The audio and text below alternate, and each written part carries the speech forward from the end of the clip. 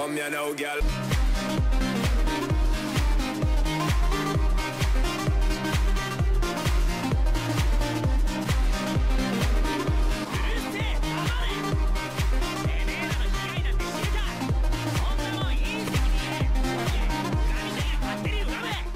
Well, there was very few things that was make me even consider coming back to doing YouTube after the death of Fairy Tail. And this episode of Dragon Ball Super, apparently, I didn't know this was going to be the case, was one of them. This episode of Dragon Ball Super pissed me off. Dragon Ball Super, let me make one thing clear. Dragon Ball Super is a bad show. You can like Dragon Ball Super, you can say, oh, I like bad TV. But you have to acknowledge Dragon Ball Super is a bad show. But up until this point, I would never even consider putting Dragon Ball Super in the same basket as Fairy Tail. Because as bad as Dragon Ball Super is, it's still kind of fun to watch, and there's a couple of explosions here and there. It's like watching a Michael Bay movie. Very all style, and even that sometimes fails. No substance whatsoever. But this episode literally went to Hiro Mashima, and he came on board and decided, yeah, let's write an episode. This is literally Fairy Tail. When I was watching the show, and I got to, you had the punches, kickies, and all the stupid, action and screaming and yelling and whatever. I was like, okay, this is just, let's wrap this shit up. Come on, play by numbers. Let's go. And then all of a sudden, Jiren, this calm, collected warrior for justice. I just want to be clear here. Warrior for justice, the leader of the Pride Trooper, basically the galactic policeman of the universe, of their universe, decides, yeah, you know what, fuck it, I'm just gonna kill Goku's friends because fuck friendship. Like every Fairy Tail villain ever, he does not value the power of friendship. And of course, Goku's like, how dare you hurt my friends? And then Kamehameha friendship ops and just friendship power up blast Jiren out of the way. Before this, Jiren was started monologuing like a friendship villain, like a Fairy Tail villain.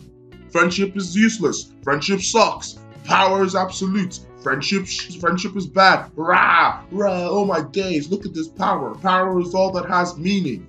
Just rambling like an idiot, like a 5-year-old first anime villain from the freaking street. I was sitting here going, what? This isn't even the same character anymore. Like, and then, oh my days, I had to sit down and just think to myself, why and how did we get to this point? Because at the start, Jiren was this calm, cool, he was respectful of the people he fought. And now, the warrior for justice decides, yeah, fuck it, I'm just gonna blast people in the stands. Which, by the way, when Goku goes to save everyone, was he not flying? What part of the ring was he standing on to make that Kamehameha blast to save everyone?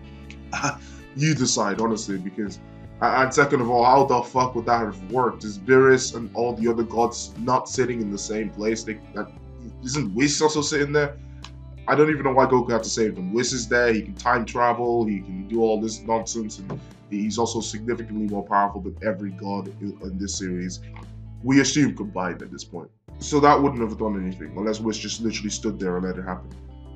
But then, and I was sitting there going, what? So, wow, so I'm just watching an episode of Fairy Tail. But then, 17 comes back. I'm like, wow. Wow. I could not believe what I was seeing. An actual death fake out. The bread and butter of Fairy Tail, especially the final arc, was making you think someone was dead. Literally blowing him up. Okay? Literally blowing him up. Having the second strongest character in the verse was like, yeah, well, he blew himself up. That's why Jiren doesn't get eliminated. Because of course he had to know this, because if Jiren was the one that killed 17, Jiren would have been eliminated. So you would think the Grand Priest, being the second strongest character in the verse, saying, yeah, he blew himself up, would be pretty much confirmation. And besides, as much nonsense as it was for blowing himself up, I just figured they wanted to sacrifice someone to make this arc look tension-filled. But I guess I was wrong. I guess they don't give a damn about tension because this guy just pops out of a crater. This is dumb for so many reasons. First of all, he clearly blew himself up to stop the blast. Or if he had the kind of energy required to stop the blast, Jiren's blast, then why didn't he keep going? They all have infinite energy. This was what? He could literally have got back up and just kept firing energy at that level consistently for the rest of the fight. That would have been really helpful when Goku went Ultra Instinct, when if some guy was just coming up from behind him while his guard was down and just blasting him with freaking infinite energy over and over again. This is the thing that I don't think the writers understand. When you have infinite energy, you can always use full power every time. You don't have to hold back. You never ever have to hold back because it just comes back. You shoot a beam with your fullest maximum power and you can do it repeatedly. So apparently he's like, oh, I took a gamble if I'd survive, and it looks like I did. So yeah, it looks like he pulled the same nonsense Vegeta did. Which I have no idea why no one would assume that someone who could fight on the same level as a Super Saiyan Blue would also survive a self-destruction when Vegeta did. But apparently no. The second reason this is stupid is because this stage isn't even the same as the stage that was there when freaking Android 17 sacrificed himself. This goes for Frieza as well. I don't know how these two survived. There are literal Michael Bay style explosions from as soon as Goku goes Ultra Instinct. Not even Ultra Instinct. That episode, Goku goes Ultra Instinct. It's just Michael Bay, the explosion fest. There was one time Goku shoots a Kamehameha and 7 more Kamehamehas come out from underneath the ground. It was just literal random ass explosions for doing absolutely nothing. Like Michael Bay was directing this shit. Like, alright, oh god, explosion. Literally, Goku would walk and there'd be explosion. Like, fighting. This episode, Goku literally scratches Jiren and somersaults into a rock, just explodes it. It's like, what are you? Why are there these many explosions? Just explosions everywhere. I guess we all know where the budget went. Jesus, it didn't go to Ribrianne. That's a goddamn joke. Oh my days. So 17's just been chilling on this stage. Just constant explosions. He's just been chilling in that crack. That crack has been untouched. I have no idea. It's probably the same with Frieza as well, because it doesn't make any sense.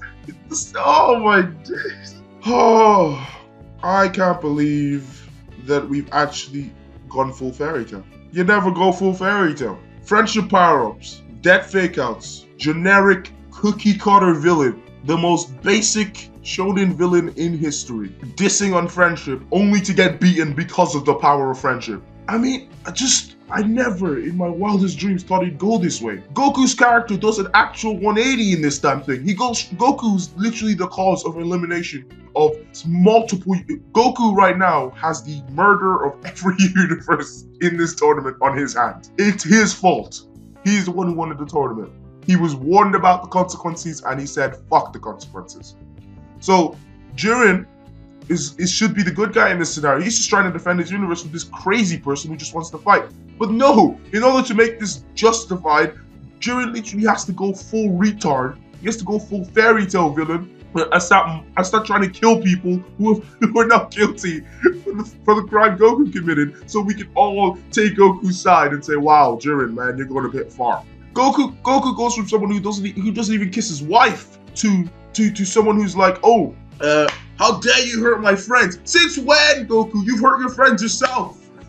Every action you've taken has hurt your friends. You put their lives in danger. You put your own universe in danger, and you didn't give a damn. And now you want to talk about friendship? Jesus Christ!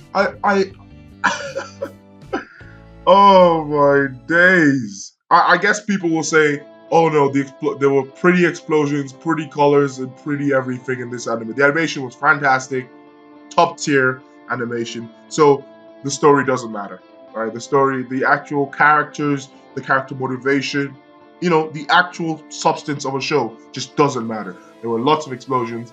So it's like watching a Transformer movie, so I enjoyed it. I guess that's going to be the excuse, because I don't see how you could like this episode if you cared even a iota about the characters you were watching and their motivations making sense, because none of it did.